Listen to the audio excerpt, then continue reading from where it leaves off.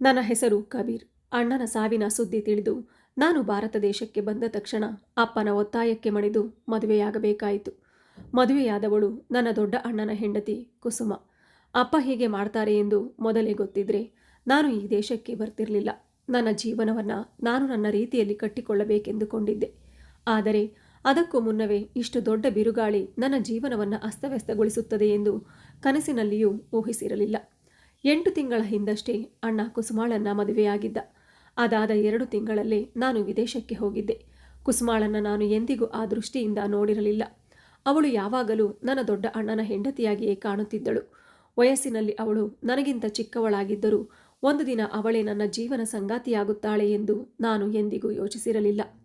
ಆದರೆ ಅಪ್ಪನ ಗೌರವಕ್ಕಾಗಿ ಎಲ್ಲವನ್ನ ಒಪ್ಪಿಕೊಳ್ಳಬೇಕಾಯಿತು. ಮದುವೆಯ ಮೊದಲ ರಾತ್ರಿ ಕುಸುಮ ರೂಮಿನಲ್ಲಿ ಒಬ್ಬಳೇ ಕುಳಿತಿದ್ಲು. ನಾನು ಮಾತ್ರ ಮನೆಯ ಟೆರೆಸ್ ಮೇಲೆ ಕುಳಿತು ನನ್ನ ಜೀವನ ಹೀಗೆ ಮುಗಿದು ಹೋಯಿತೆ, ಕೇವಲ ಅಪ್ಪನ ಮಾತಿಗಾಗಿ ಎಂದು ಯೋಚಿಸುತ್ತಿದ್ದೆ. ಇಲ್ಲ, ಹೀಗೆ ಆಗಲು ಬಿಡುವುದಿಲ್ಲ.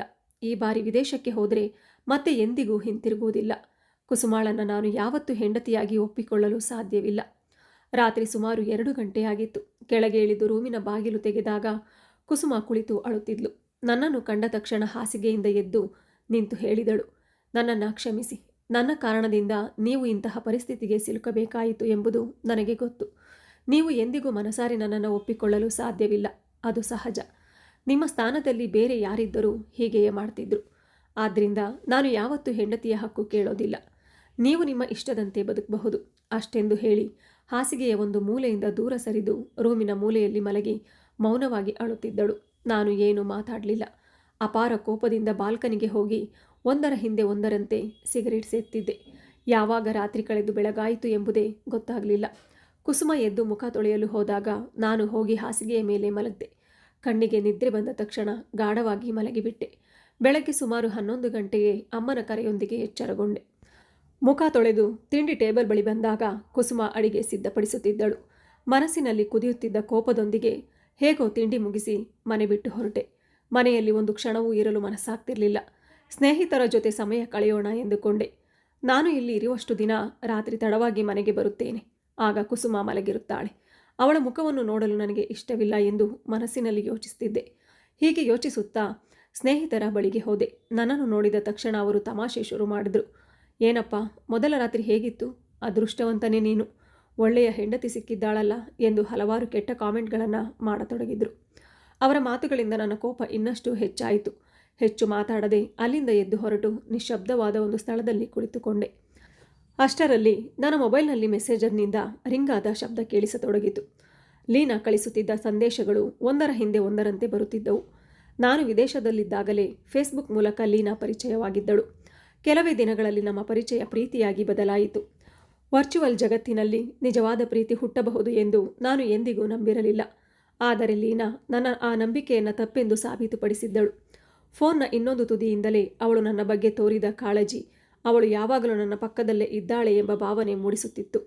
ಸಾವಿರಾರು ಮೈಲುಗಳ ದೂರವು ಆಗಾಗ ನನಗೆ ದೂರವೆಂದು ಅನಿಸ್ತಿರಲಿಲ್ಲ. ನಿಜ ಜೀವನದ ಈ ಗೊಂದಲದಲ್ಲಿ ಕಳೆದ ಕೆಲವು ದಿನಗಳಿಂದ ಅವಳಿಗೆ ಒಂದು ಮೆಸೇಜನ್ನು ಕಳುಹಿಸಲು ಸಾಧ್ಯ ಆಗಿರಲಿಲ್ಲ. ಅವಳು ಏನೇನೋ ಯೋಚಿಸಿಕೊಂಡಿರಬಹುದು ಎಂದು ಮನಸ್ಸಿನಲ್ಲಿ ಯೋಚಿಸುತ್ತಾ ಮೆಸೆಂಜರ್ ತೆಗೆದಾಗ ಲೀನಾ ಕಳಿಸುತ್ತಿದ್ದ ಮುನಿಸಿನ ಮೆಸೇಜ್ಗಳು ಕಾಣಿಸಿದವು. ಏನು, ಇಂಡಿಯಾಗೆ ಬಂದ ಮೇಲೆ ನನ್ನನ್ನೇ ಮರೆತೆಯಾ? ಎಲ್ಲ ಕೆಲಸ ಮುಗಿದ ಕೂಡಲೇ ನನ್ನನ್ನು ಭೇಟಿ ಮಾಡ್ತೇನೆ ಎಂದು ಹೇಳಿರಲಿಲ್ವೇ? ಎಲ್ಲಿ ಬಂದೆ? ಬರೋದು ದೂರ ಇರಲಿ, ಒಂದು ಮೆಸೇಜ್ ಕೂಡ ಇಲ್ಲ, ಒಂದು ಫೋನ್ ಕೂಡ ಇಲ್ಲ. ನೀನು ಚೆನ್ನಾಗಿದ್ದೀಯಾ? ನಾನು ತಕ್ಷಣ ಉತ್ತರ ಕಳಿಸಿದೆ. ಹೌದು, ನಾನು ಚೆನ್ನಾಗಿದ್ದೇನೆ. ಸ್ವಲ್ಪ ಕೆಲಸದಲ್ಲಿ ಬ್ಯುಸಿಯಾಗಿದ್ದೆ. ಇಂದು ಒಟ್ಟಿಗೆ ಮಧ್ಯಾಹ್ನದ ಊಟ ಮಾಡೋಣ ಎಂದೆ. ಕೆಲವೇ ನಿಮಿಷಗಳಲ್ಲಿ ಲೀನಾಳಿಂದ ಉತ್ತರ ಬಂತು. ಸರಿ ಬಾ ಅಂತ ಹೇಳಿ ಅವಳು ಅಡ್ರೆಸ್ ಕಳಿಸಿದ್ಲು. ನಾನು ಸರಿ ಬರ್ತಿದ್ದೇನೆ ಎಂದು ಹೇಳಿ ಅಲ್ಲಿಂದ ಹೊರಟೆ. ದಾರಿಯುದ್ದಕ್ಕೂ ಯೋಚಿಸ್ತಿದ್ದೆ. ಲೀನಾಗೆ ಕುಸುಮ ವಿಷಯ ಹೇಳಬೇಕಾ? ಇಲ್ಲ, ಈಗ ಹೇಳಬಾರ್ದು. ಇನ್ನೇನು ಕೆಲವೇ ದಿನಗಳ ವಿಷಯ. ನಾನು ವಿದೇಶಕ್ಕೆ ಹೋದ ತಕ್ಷಣ ಕುಸುಮಾಗೆ ವಿಚ್ಛೇದನದ ಪತ್ರ ಕಳುಹಿಸುತ್ತೇನೆ. ಈಗ ಅನಗತ್ಯವಾಗಿ ಹೇಳಿ ಅವಳಿಗೆ ನೋವು ಕೊಡಬೇಕಿಲ್ಲ ಎಂದುಕೊಂಡೆ. ಸ್ವಲ್ಪ ಹೊತ್ತಿನಲ್ಲೇ ಲೀನಾ ಕಳುಹಿಸಿದ ಅಡ್ರೆಸ್ಗೆ ತಲುಪಿದೆ. ಸಮಯಕ್ಕೆ ಸರಿಯಾಗಿ ಲೀನಾಳು ಬಂದಳು. ಬಂದ ಕೂಡಲೇ ನನ್ನನ್ನು ಅಪ್ಪಿಕೊಂಡ್ಳು. ಲೀನಾ ತುಂಬ ಆಧುನಿಕ ಹುಡುಗಿ. ಫೋಟೋಗಳಲ್ಲಿ ಸುಂದರವಾಗಿ ಕಾಣ್ತಿದ್ಲು. ಆದರೆ ನಿಜವಾಗಿ ಅದಕ್ಕಿಂತಲೂ ಹೆಚ್ಚು ಸುಂದರ, ಆಕರ್ಷಕ ಮತ್ತು ಆತ್ಮವಿಶ್ವಾಸಿ. ಅವಳನ್ನು ನೋಡಿದ ಯಾವ ಹುಡುಗನಾದರೂ ಇಷ್ಟಪಡದೇ ಇರಲು ಸಾಧ್ಯವೇ ಇರಲಿಲ್ಲ. ಅವಳನ್ನು ನೋಡಿದಷ್ಟು ನಾನು ಅವಳತ್ತ ಇನ್ನಷ್ಟು ಆಕರ್ಷಿತನಾಗುತ್ತಿದ್ದೆ. ಇದು ನಮ್ಮ ಮೊದಲ ಮುಖಾಮುಖಿ ಭೇಟಿಯೇ ಎಂಬ ಭಾವನೆ ಬರಲಿಲ್ಲ. ಹಲವು ವರ್ಷಗಳಿಂದ ಪರಿಚಯವಿರುವಂತೆ ಅನಿಸ್ತು. ಈ ಕೆಲವು ದಿನಗಳ ಎಲ್ಲ ನೋವುಗಳು ಕ್ಷಣಾರ್ಧದಲ್ಲಿ ಮಾಯವಾದಂತಾಯಿತು. ಮಧ್ಯಾಹ್ನ ಒಟ್ಟಿಗೆ ಊಟ ಮಾಡಿದ್ವು, ಸಂಜೆ ಸಿನಿಮಾ ನೋಡಿದ್ವು, ರಾತ್ರಿ ಊಟ ಮಾಡಿದ್ವು. ಸಮಯ ಹೇಗೆ ಕಳೆಯಿತು ಎಂಬುದೇ ಗೊತ್ತಾಗಲಿಲ್ಲ. ರಾತ್ರಿ ಸುಮಾರು 11:30 ಗಂಟೆಗೆ ಲೀನಾಗೆ ಬಾಯ್ ಹೇಳಿ ಮನೆಗೆ ಹೊರಟೆ. ಮನೆ ಹತ್ತಿರವಾಗುತ್ತಿದ್ದಂತೆ ಮತ್ತೆ ಮನಸ್ಸು ಭಾರವಾಯಿತು. ಮನೆಗೆ ಹೋದರೆ ಮತ್ತೆ ಕುಸುಮ ಮುಖ ನೋಡಬೇಕು, ಅವಳನ್ನು ನೋಡಿದ್ರೆ ಏನೋ ಮನಸ್ಸು ಇನ್ನೂ ಭಾರವಾಗುತ್ತದೆ ಎಂದುಕೊಂಡೆ. ರಾತ್ರಿ ಸುಮಾರು 12 ಗಂಟೆಗೆ ಮನೆ ತಲುಪಿದೆ. ಕಾಲಿಂಗ್ ಬೆಲ್ ಒತ್ತಿದ ತಕ್ಷಣ ಕುಸುಮ ಬಾಗಿಲು ತೆರೆದಳು. ಅವಳು ನಿದ್ರೆಯಿಂದ ಎದ್ದಂತಿದ್ದಳು. ಸೀರೆ ಸರಿಯಾಗಿ ಇರಲಿಲ್ಲ. ಕೂದಲು ಚೆಲ್ಲಾಪಿಲ್ಲಿಯಾಗಿ ಮುಖದ ಮೇಲೆ ಬಿದ್ದಿತ್ತು. ನಾನು ಕೆಲ ಕ್ಷಣ ಅವಳನ್ನೇ ನೋಡುತ್ತಾ ನಿಂತೆ. ನಾನು ಹೀಗೆ ನೋಡುತ್ತಿರುವುದನ್ನು ಗಮನಿಸಿದ ಅವಳು ನಾಚಿಕೆಯಿಂದ ಕಣ್ಣು ಕೆಳಗಿಳಿಸಿದಳು. ಆ ಕ್ಷಣದಲ್ಲಿ ಅವಳ ಮುಖದ ಮೇಲೆ ಬಿದ್ದಿದ್ದ ಕೂದಲನ್ನು ಸರಿಪಡಿಸಬೇಕೆಂಬ ವಿಚಿತ್ರ ಆಸೆ ನನ್ನೊಳಗೆ ಮೂಡಿತು. ಅವಳ ಸೌಂದರ್ಯ ನನ್ನ ಮನಸ್ಸನ್ನು ಕ್ಷಣಕಾಲ ಸೆಳೆದಿತ್ತು. ಆದರೆ ತಕ್ಷಣವೇ ನನ್ನನ್ನು ನಾನು ನಿಯಂತ್ರಿಸಿಕೊಂಡು ಒಳಗೆ ನಡೆದೆ. ನಾನು ಏನು ಯೋಚಿಸುತ್ತಿದ್ದೇನೆ? ಇಲ್ಲ, ಹೀಗೆ ಯೋಚಿಸುವುದು ತಪ್ಪು. ಯಾವುದೇ ಕಾರಣಕ್ಕೂ ಕುಸುಮಾಳ ಬಗ್ಗೆ ನನ್ನ ಮನಸ್ಸಿನಲ್ಲಿ ಮಮತೆ ಬೆಳೆಯಬಾರದು. ನಾನು ಪ್ರೀತಿಸುವುದು ಲೀನಾಳನ್ನು. ವಿದೇಶಕ್ಕೆ ಹೋದ ಕೂಡಲೇ ಕುಸುಮಾಗೆ ವಿಚ್ಛೇದನದ ಪತ್ರ ಕಳುಹಿಸುತ್ತೇನೆ. ಹೀಗೆ ಯೋಚಿಸುತ್ತಾ ಸ್ನಾನಕ್ಕೆ ಹೋದೆ. ಕುಸುಮ ಹೇಳಿದ್ಲು, ಊಟವನ್ನು ಮೇಜಿನ ಮೇಲೆ ಇಟ್ಟಿದ್ದೇನೆ, ಬನ್ನಿ ಊಟ ಮಾಡಿ. ನಾನು ಮೆಲ್ಲಗೆ ಉತ್ತರಿಸಿದೆ, ನಾನು ಈಗಾಗಲೇ ಊಟ ಮಾಡಿ ಬಂದಿದ್ದೇನೆ ಎಂದಾಗ ಅವಳ ಮುಖ ಕ್ಷಣಾರ್ಧದಲ್ಲಿ ಬಾಡಿತು. ಏನೋ ಹೇಳಲು ಯತ್ನಿಸಿ ಮತ್ತೆ ಮೌನವಾದಳು. ನಂತರ ಊಟವನ್ನು ಮುಚ್ಚಿ ಹಾಸಿಗೆಯ ಒಂದು ಮೂಲೆಯಲ್ಲಿ ಹೋಗಿ ಮಲಗಿದಳು. ನಾನು ನನ್ನ ಕಡೆ ಮಲಗಿ ಹೊದಿಕೆಯನ್ನು ಎಳೆದುಕೊಂಡೆ. ಅನೇಕ ಯೋಚನೆಗಳ ನಡುವೆ ಯಾವಾಗ ನಿದ್ರೆ ಬಂತೋ ಗೊತ್ತಾಗಲಿಲ್ಲ. ಅರ್ಧರಾತ್ರಿ ಏಕಾಏಕಿ ನನ್ನ ನಿದ್ರೆ ಕಳಚಿತು. ನೋಡಿದರೆ ಕುಸುಮಾಳ 2 ಕೈಗಳು ನನ್ನ ದೇಹದ ಮೇಲೆ ಬಿದ್ದಿದ್ದವು.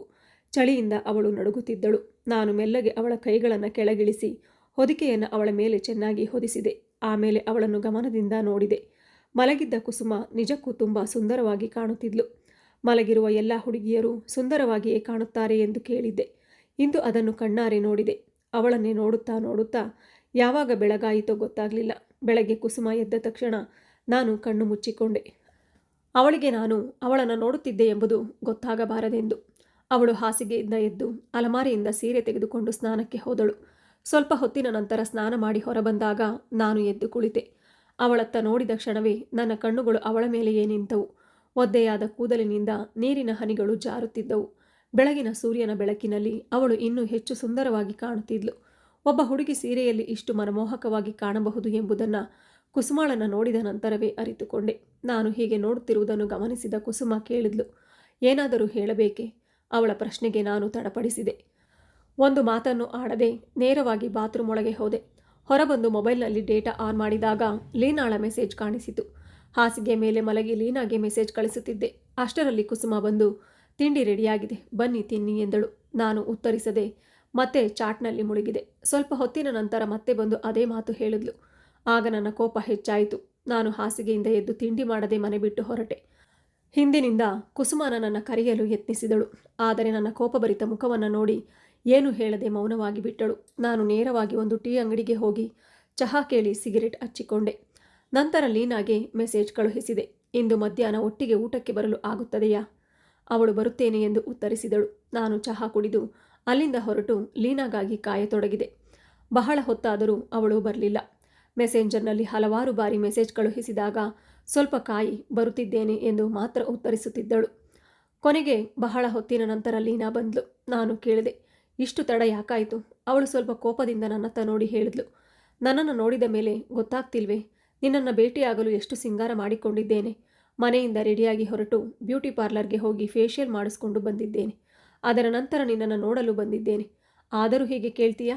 ನಾನು ನಗುತ್ತಾ ಹೇಳಿದೆ, ಅಷ್ಟೆಲ್ಲ ಯಾಕೆ? ನೀನು ಹಾಗೆಯೇ ತುಂಬ ಸುಂದರವಾಗಿದ್ದೀಯಲ್ಲ.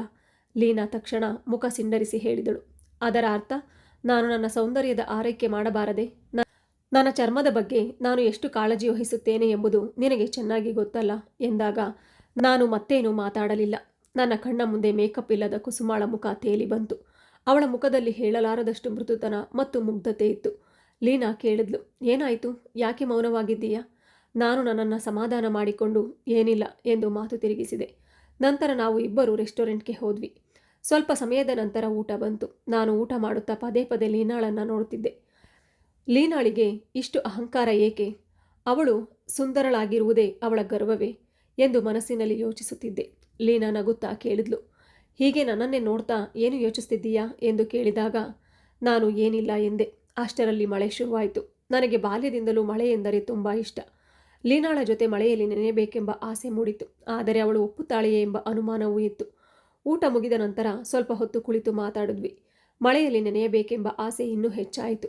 ನಾನು ಲೀನಾಳ ಕೈ ಹಿಡಿದು ಹೋಟೆಲ್ನ ಹೊರಗೆ ಕರೆದುಕೊಂಡು ಹೋಗಿ ಹೇಳಿದೆ, ಬಾ, ಇಂದು ಇಬ್ಬರು ಮಳೆಯಲ್ಲಿ ನೆನೆಯೋಣ. ಅವಳು ತಕ್ಷಣ ಕೈ ಬಿಡಿಸಿಕೊಂಡು ಕೋಪದಿಂದ ಹೇಳಿದ್ಲು, ನಿನಗೆ ಹುಚ್ಚ? ಇಷ್ಟು ಹಣ ಖರ್ಚು ಮಾಡಿ ಮೇಕಪ್ ಮಾಡಿಕೊಂಡು ಬಂದಿರೋದು ಮಳೆಯಲ್ಲಿ ನೆನೆಯೋದಕ್ಕ? ಏನು ವಿಚಿತ್ರ ಮಾತುಗಳನ್ನು ಆಡ್ತೀಯಾ? ಕಬೀರ್, ಏನಾಗಿದೆ ನಿನಗೆ? ಹಳ್ಳಿಯವನಂತೆ ವರ್ತಿಸ್ತಿದ್ದೀಯಾ? ಇದು ಯಾವ ಥರದ ಆಸೆ?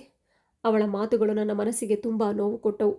ಆದರೂ ನಾನು ಶಾಂತವಾಗಿಯೇ ಇದ್ದೆ, ಏಕೆಂದರೆ ನಾನು ಅವಳನ್ನು ಪ್ರೀತಿಸ್ತಿದ್ದೆ.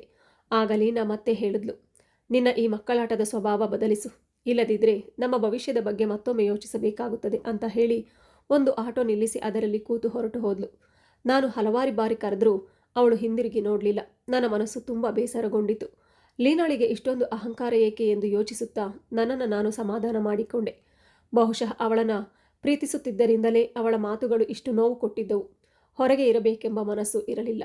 ಮಳೆಯು ನಿಲ್ಲುವ ಲಕ್ಷಣ ಕಾಣಿಸಲಿಲ್ಲ. ಆದ್ದರಿಂದ ನಾನು ಒಂದು ಆಟೋ ಹಿಡಿದು ಮನೆಗೆ ಹೊರಟೆ.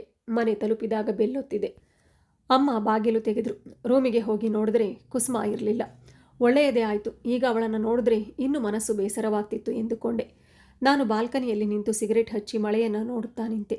ಸಿಗರೆಟ್ ಮುಗಿಸಿ ಒಳಗೆ ಬಂದು ಹಾಸಿಗೆ ಮೇಲೆ ಕುಳಿತ ತಕ್ಷಣ ಕುಸುಮ ಬಾಗಿಲು ತೆರೆದು ಒಳಗೆ ಬಂದಳು. ಅವಳನ್ನು ನೋಡಿದ್ರೆ ನನಗೆ ಕೋಪ ಬರಬೇಕಿತ್ತು. ಆದರೆ ಅವಳನ್ನು ಸರಿಯಾಗಿ ನೋಡಿದಾಗ ಅವಳ ಇಡೀ ದೇಹ ಮಳೆಯಿಂದ ಒದ್ದೆಯಾಗಿತ್ತು. ಕ್ಷಣದಲ್ಲಿ ನನ್ನ ಕೋಪ ಕರಗಿತು. ಅವಳು ತಲೆ ತಗ್ಗಿಸಿಕೊಂಡು ನಾಚಿಕೆಯಿಂದ ನಿಂತಿದ್ದಳು. ಅವಳ ದೇಹದಿಂದ ನೀರು ಟಪಟಪನೆ ನೆಲಕ್ಕೆ ಬೀಳುತ್ತಿತ್ತು. ಬಹಳ ಹೊತ್ತು ಮಳೆಯಲ್ಲಿ ನೆನೆದಿದ್ದಾಳೆ ಎಂಬುದು ಸ್ಪಷ್ಟವಾಗಿತ್ತು. ನಾನು ಬೇರೆ ಕಡೆಗೆ ಮುಖ ತಿರುಗಿಸಿಕೊಂಡೆ. ಅವಳು ತಕ್ಷಣ ಬಾತ್ರೂಮ್ಗೆ ಓಡಿದಳು. ಅವಳ ಒದ್ದೆಯಾದ ಸೀರೆಯಿಂದ ಇಡೀ ನೆಲ ನೀರಾಯಿತು. ನಾನು ಮೌನವಾಗಿ ಹಾಸಿಗೆಯಲ್ಲಿ ಮಲಗಿದೆ. ಸ್ವಲ್ಪ ಹೊತ್ತಿನ ನಂತರ ಅವಳು ಸೀರೆ ಬದಲಿಸಿಕೊಂಡು ಟವೆಲ್ನಿಂದ ಕೂದಲು ಒರೆಸುತ್ತಾ ಹೊರಬಂದಳು. ಅವಳು ನೀಲಿ ಬಣ್ಣದ ಸೀರೆ ಧರಿಸಿದ್ದಳು. ನೀಲಿ ಬಣ್ಣ ನನಗೆ ಅತ್ಯಂತ ಇಷ್ಟವಾದ ಬಣ್ಣವಾಗಿದ್ದರಿಂದ ನನ್ನ ಕಣ್ಣುಗಳು ಅವಳ ಮೇಲೆಯೇ ನಿಂತವು. ಅವಳು ಅಪರೂಪದಷ್ಟು ಸುಂದರವಾಗಿ ಕಾಣುತ್ತಿದ್ದಳು. ಕನ್ನಡಿಯ ಮುಂದೆ ನಿಂತು ಕಣ್ಣಿಗೆ ಕಾಜಲ್ ಹಾಕಿಕೊಳ್ಳುತ್ತಿದ್ದಳು. ಕನ್ನಡಿಯಲ್ಲಿ ಕಾಣುತ್ತಿದ್ದ ಅವಳ ಪ್ರತಿಬಿಂಬ ಮನಮೋಹಕವಾಗಿತ್ತು. ಯಾವುದೇ ಆಡಂಬರದ ಅಲಂಕಾರವಿಲ್ಲದ ಸರಳ ಸಿಂಗಾರದಲ್ಲೂ ಅವಳು ಅತ್ಯಂತ ಸುಂದರವಾಗಿ ಕಾಣುತ್ತಿದ್ದಳು. ಅವಳು ಸಿಂಗಾರ ಮುಗಿಸಿ ನನ್ನತ್ತ ತಿರುಗಿ ನೋಡುತ್ತಿದ್ದಂತೆ ನಾನು ನನ್ನ ದೃಷ್ಟಿಯನ್ನು ಮರೆಮಾಡಲು ಯತ್ನಿಸಿದೆ. ಆದರೆ ಅದು ಸಾಧ್ಯವಾಗಲಿಲ್ಲ. ಕುಸುಮ ನನ್ನ ಹತ್ತಿರ ಬಂದು ಕೇಳಿದ್ಲು, ಇವತ್ತು ಬೇಗನೆ ಮನೆಗೆ ಬಂದಿದ್ದೀರಲ್ಲ? ನಾನು ಮೆಲ್ಲಗೆ ಉತ್ತರಿಸಿದೆ, ಹಾಗೆ ಬಂದೆ. ಅಗತ್ಯವಿಲ್ಲದಿದ್ದರೆ ನನ್ನ ಜೊತೆ ಮಾತನಾಡುವ ಅವಶ್ಯಕತೆ ಇಲ್ಲ ಎಂದಾಗ ಅವಳ ಮುಖ ಬಾಡಿ ಹೋಯಿತು. ತಲೆ ತಗ್ಗಿಸಿ ನಿಧಾನವಾಗಿ ಕೇಳಿದ್ಲು, ಇವತ್ತು ನಾನು ಹೇಗೆ ಕಾಣಿಸ್ತಿದ್ದೇನೆ? ನಾನು ಅವಳ ಕಡೆ ನೋಡದೆ, ಹೇಗಿದ್ದೆಯೋ ಹಾಗೆಯೇ ಇದ್ದೀಯಾ ಎಂದೆ. ಅವಳು ಏನೂ ಹೇಳದೆ ಮೌನವಾಗಿ ರೂಮಿನಿಂದ ಹೊರಗೆ ಹೋದಳು. ನಾನು ಮೆಸೆಂಜರ್ ತೆರೆದು ಲೀನಾಗೆ ಮೆಸೇಜ್ ಕಳುಹಿಸಿದೆ. ಕೋಪಗೊಂಡೆಯಾ ಎಂದು ಕೇಳಿದೆ. ಲೀನಾ ಉತ್ತರಿಸಿದಳು, ಕೋಪಗೊಳ್ಳದೆ ಏನು ಮಾಡಲಿ? ಇಂಡಿಯಾಗೆ ಬಂದ ಮೇಲೆ ನೀನು ತುಂಬ ಬದಲಾಗಿದ್ದೀಯ. ಒಮ್ಮೆ ನಿನ್ನ ಬಗ್ಗೆ ನೀನೇ ಯೋಚಿಸಿದ್ದೀಯಾ? ಹಳ್ಳಿಯ ಹುಡುಗಿಯರಂತೆ ನಾನು ಇರಬೇಕು ಅಂತ ಹೇಳ್ತೀಯಲ್ಲ, ನನಗೆ ಎಷ್ಟು ಬೇಸರವಾಗಿದೆ ಗೊತ್ತಾ? ಆಗ ನಾನು ಹೇಳಿದೆ, ನಾನು ಆ ಅರ್ಥದಲ್ಲಿ ಹೇಳಲಿಲ್ಲ. ಯಾವಾಗಲೂ ಮೇಕಪ್ ಬಳಸಿದರೆ ಚರ್ಮಕ್ಕೆ ಹಾನಿಯಾಗಬಹುದು ಎಂದು ಹೇಳಿದೆ ಅಷ್ಟೆ. ಆಗ ಲೀನಾ ನಗುವ ಇಮೋಜಿಯೊಂದಿಗೆ ಬರೆದಳು, ಈ ವಯಸ್ಸಿನಲ್ಲಿ ಫ್ಯಾಷನ್ ಮಾಡದೆ, ಚರ್ಮದ ಆರೈಕೆ ಮಾಡದೇ ಇದ್ದರೆ ಯಾವಾಗ ಮಾಡಬೇಕು? ವೃದ್ಧಾಪ್ಯ ಬಂದ ಮೇಲೇನಾ? ನಾನು ಸರಿ, ನಿನಗೆ ಹೇಗೆ ಇಷ್ಟವೋ ಹಾಗೇ ಇರು ಎಂದೆ. ಲೀನಾ ಮತ್ತೆ ಹೇಳಿದ್ಲು, ನನಗೆ ಮಾಡರ್ನ್ ಹುಡುಗರು ಮಾತ್ರ ಇಷ್ಟ. ನೀನು ವಿದೇಶದಲ್ಲಿದ್ದಾಗ ಹಾಗೆಯೇ ಇದ್ದೆ, ಆದರೆ ಇಲ್ಲಿಗೆ ಬಂದ ಮೇಲೆ ಸಂಪೂರ್ಣ ಬದಲಾಗಿದ್ದೀಯ. ನನಗೆ ಹಿಂದಿನ ಕಬೀರ್ ಬೇಕು. ನನ್ನ ಜೊತೆ ಇಂಥ ವಿಚಿತ್ರ ಮಾತುಗಳನ್ನು ಇನ್ನು ಮುಂದೆ ಆಡಬೇಡ. ಇಲ್ಲದಿದ್ದರೆ ನಮ್ಮ ಸಂಬಂಧ ಮುಂದುವರಿಯುವುದು ಕಷ್ಟ ಎಂದ ಅವಳ ಮಾತುಗಳು ಮತ್ತೆ ನನ್ನ ಮನಸ್ಸಿಗೆ ಆಳವಾದ ಗಾಯ ಮಾಡಿದವು. ಇದು ಲೀನಾಳೇನಾ? 4 ತಿಂಗಳಿಂದ ನನ್ನ ಜೊತೆ ಸಂಬಂಧದಲ್ಲಿರುವ ಅವಳಲ್ಲಿ ಇಷ್ಟು ಬದಲಾವಣೆ ಏಕೆ ಎಂದು ಯೋಚಿಸಿದೆ. ಆದರೂ ನನ್ನನ್ನು ನಾನು ನಿಯಂತ್ರಿಸಿಕೊಂಡೆ. ಮನೆಯಲ್ಲಿ ಸಾಕಷ್ಟು ಸಮಸ್ಯೆಗಳಿವೆ. ಇದರ ಜೊತೆಗೆ ಲೀನಾಳ ಜೊತೆಯೂ ಜಗಳ ಮಾಡಿದರೆ ಮನಸ್ಸು ಇನ್ನೂ ಕುಗ್ಗಿಬಿಡುತ್ತದೆ ಎಂದುಕೊಂಡು, ಸರಿ, ನಾನು ಮೊದಲಿನಂತೆಯೇ ಇರುತ್ತೇನೆ ಎಂದು ಉತ್ತರಿಸಿದೆ. ಅವಳು ಒಂದು ನಗುವಿನ ಇಮೋಜಿ ಕಳುಹಿಸಿದಳು. ಅಷ್ಟರಲ್ಲಿ ಕುಸುಮ ತಿಂಡಿ ಹಿಡಿದು ಒಳಗೆ ಬಂದಳು. ಅಲ್ಲಿ ನೋಡಿದರೆ ನನಗೆ ಬಹಳ ಇಷ್ಟವಾದ ಪಾಲಕ್ ಪನ್ನೀರ್ ಮತ್ತು ವೆಜ್ ಬಿರಿಯಾನಿ ತಂದಿದ್ದಳು. ಮಳೆಗಾಲದಲ್ಲಿ ಇಂತಹ ಊಟ ಕಂಡರೆ ಬಾಯಲ್ಲಿ ನೀರು ಬರುತ್ತದೆ. ನಾನು ಮೌನವಾಗಿ ತಿನ್ನಲು ಶುರು ಮಾಡಿದೆ. ಇಂದಿನ ರುಚಿ ಏನೋ ವಿಭಿನ್ನವಾಗಿತ್ತು. ನಾನು ಕೇಳಿದೆ, ಈ ಅಡುಗೆ ನೀನೇ ಮಾಡಿದ್ದೀಯಾ ಎಂದು ಕೇಳಿದಾಗ ಅವಳು ತಲೆಯಾಡಿಸಿ, ಹೌದು, ನಾನೇ ಮಾಡಿದ್ದೇನೆ ಎಂದಳು. ನಾನು ಹೇಳಿದೆ, ತುಂಬ ಚೆನ್ನಾಗಿದೆ, ಇದು ನನಗೆ ತುಂಬ ಇಷ್ಟವಾದ ತಿಂಡಿ. ಅವಳು ನಾಚಿಕೆ ನಗು ನಗುತ್ತಾ ಗೊತ್ತು ಎಂದಳು. ನಾನು ಆಶ್ಚರ್ಯದಿಂದ ಕೇಳಿದೆ, ನಿನಗೆ ಹೇಗೆ ಗೊತ್ತು? ಯಾರು ಹೇಳಿದ್ರು?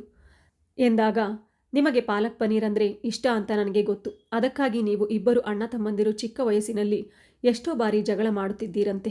ಅವರು ನಿಮ್ಮನ್ನು ತುಂಬ ಪ್ರೀತಿಸುತ್ತಿದ್ದರು ಎಂದು ಹೇಳುತ್ತಿರಲು ಕುಸುಮ ಕಣ್ಣಂಚಿನಲ್ಲಿ ಕಣ್ಣೀರು ತುಂಬಿತು. ಅದನ್ನು ನನಗೆ ಕಾಣಿಸದಂತೆ ಮಾಡಲು ಅವಳು ಬೇಗನೆ ಬಾಲ್ಕನಿಯ ಕಡೆ ನಡೆದು ಹೋದಳು. ಅವಳ ಮಾತು ಕೇಳುತ್ತಿದ್ದಂತೆ ಹಳೆಯ ನೆನಪುಗಳು ಮನಸ್ಸಿನಲ್ಲಿ ಮೂಡಿದವು. ನಾವು ಇಬ್ಬರು ಅಣ್ಣ ತಮ್ಮಂದಿರು ಎಷ್ಟೋ ಸಂತೋಷವಾಗಿ ಕಾಲ ಕಳೆಯುತ್ತಿದ್ದೆವು. ಬಟ್ಟೆ, ಊಟ, ಆಟ ಎಲ್ಲವೂ ಇಬ್ಬರಿಗೂ ಒಂದೇ ರೀತಿ ಇರುತ್ತಿತ್ತು. ಬಹುಶಃ ಅಣ್ಣನ ನೆನಪು ಬಂದು ಕುಸುಮಾಗೆ ಬೇಸರವಾಗಿರಬೇಕು ಎಂದುಕೊಂಡೆ. ಏನೋ ಕಾರಣಕ್ಕೆ ಅವಳ ಪಕ್ಕದಲ್ಲಿ ಹೋಗಿ ನಿಲ್ಲಬೇಕು ಎನ್ನುವ ಭಾವನೆ ಮೂಡಿತು. ಹಾಸಿಗೆಯಿಂದ ಎದ್ದು ನಾನು ಕೂಡ ಬಾಲ್ಕನಿಗೆ ಹೋದೆ. ಕುಸುಮಾಳ ಕಣ್ಣಿನಿಂದ ಮುತ್ತಿನ ಹನಿಗಳಂತೆ ಕಣ್ಣೀರು ಸುರಿಯುತ್ತಿತ್ತು. ಅವಳನ್ನು ನೋಡಿ ನನಗೆ ವಿಚಿತ್ರವಾದ ಕೋಪವೂ ಬರುತ್ತಿತ್ತು. ಇಷ್ಟು ಅಳುವುದೇಕೆ ಎಂದು ಕೇಳಬೇಕೆಂದುಕೊಂಡೆ. ಕ್ಷಣದಲ್ಲೇ ಕುಸುಮ ನಿಧಾನವಾಗಿ ಮಾತು ಆರಂಭಿಸಿದಳು. ನನ್ನ ಕಾರಣದಿಂದ ನಿಮ್ಮ ಜೀವನ ಹೀಗಾಗಿದೆ. ಆದರೆ ನಿಮ್ಮ ಜೀವನ ಹೀಗೆ ಇರಬೇಕು ಎಂದು ನಾನು ಎಂದಿಗೂ ಬಯಸುವುದಿಲ್ಲ. ನೀವು ಸುಖವಾಗಿ ಸಂಸಾರ ಮಾಡಬೇಕು. ನಿಮ್ಮ ಜೀವನಕ್ಕೆ ನಾನು ಯಾವತ್ತೂ ಅಡ್ಡಿಯಾಗುವುದಿಲ್ಲ. ಪ್ರತಿಯೊಬ್ಬರಿಗೂ ಕನಸುಗಳಿರುತ್ತವೆ. ನನಗೂ ಇದ್ದವು. ನನ್ನದೇ ಒಂದು ಸುಂದರ ಸಂಸಾರ ಇರಬೇಕು. ಗಂಡನ ಪ್ರೀತಿ ಇರಬೇಕು. ಒಂದು ಪುಟ್ಟ ಮಗು ಇರಬೇಕು. ಅದರ ನಗುವಿನಿಂದ ಇಡೀ ಮನೆ ತುಂಬಿರಬೇಕು. ದಿನವಿಡೀ ಕೆಲಸ ಮಾಡಿ ನನ್ನ ಗಂಡ ಮನೆಗೆ ಬಂದಾಗ ನಾನು ಅವನಿಗೆ ಒಂದು ಗ್ಲಾಸ್ ಶರ್ಬತ್ ಕೊಟ್ಟು ಸೀರೆಯ ಅಂಚಿನಿಂದ ಅವನ ಮುಖ ಒರೆಸಿ, ತುಂಬ ದಣಿದಂತೆ ಕಾಣುತ್ತಿದ್ದೀರಾ, ಮೊದಲು ಇದನ್ನು ಕುಡಿಯಿರಿ, ಸ್ವಲ್ಪ ವಿಶ್ರಾಂತಿ ಮಾಡಿ ಎಂದು ಹೇಳಬೇಕು. ಆಗ ಅವನು ನನ್ನನ್ನು ಅಪ್ಪಿಕೊಂಡು, ನಿನ್ನನ್ನು ನೋಡಿದ ಕೂಡಲೇ ನನ್ನ ದಣಿವೆ ಮಾಯವಾಗಿದೆ, ಬಾ ಮನೆಯ ಕೆಲಸದಲ್ಲಿ ನಿನಗೆ ಸಹಾಯ ಮಾಡುತ್ತೇನೆ ಎಂದು ಹೇಳಬೇಕು ಎಂದೆಲ್ಲ ಆಸೆ ಇದ್ದವು. ಎಲ್ಲವೂ ಚೆನ್ನಾಗಿಯೇ ನಡೆಯುತ್ತಿತ್ತು. ನಿಮ್ಮ ಅಣ್ಣ ನನ್ನನ್ನು ತುಂಬ ಪ್ರೀತಿಸ್ತಿದ್ರು. ಆದರೆ ವಿಧಿಗೆ ಆ ಸುಖವನ್ನು ನನ್ನ ಪಾಲಿಗೆ ಬರೆಯುವುದು ಇಷ್ಟವಾಗಲಿಲ್ಲ. ಆದರೆ ನನ್ನ ಕಾರಣದಿಂದ ನಿಮ್ಮ ಕನಸುಗಳು ನಾಶವಾಗಬಾರದು.